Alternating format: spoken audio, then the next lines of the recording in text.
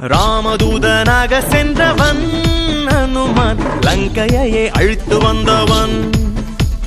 சீதையின் பதம் பணிந்தவன் மாருதி, ஜானகியின் அருள் பெற்றவன். தன் இதயத்தில் ராமன் ரூபம் காட்டி நின்றான் ஆஞ்சநேயன்.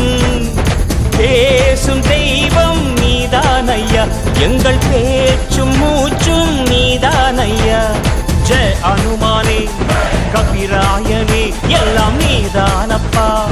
கண் திறந்து கருணையாலே எல்லாரையும் காப்பாத்தப்பா. தகிடதாம் தகிடதாம்.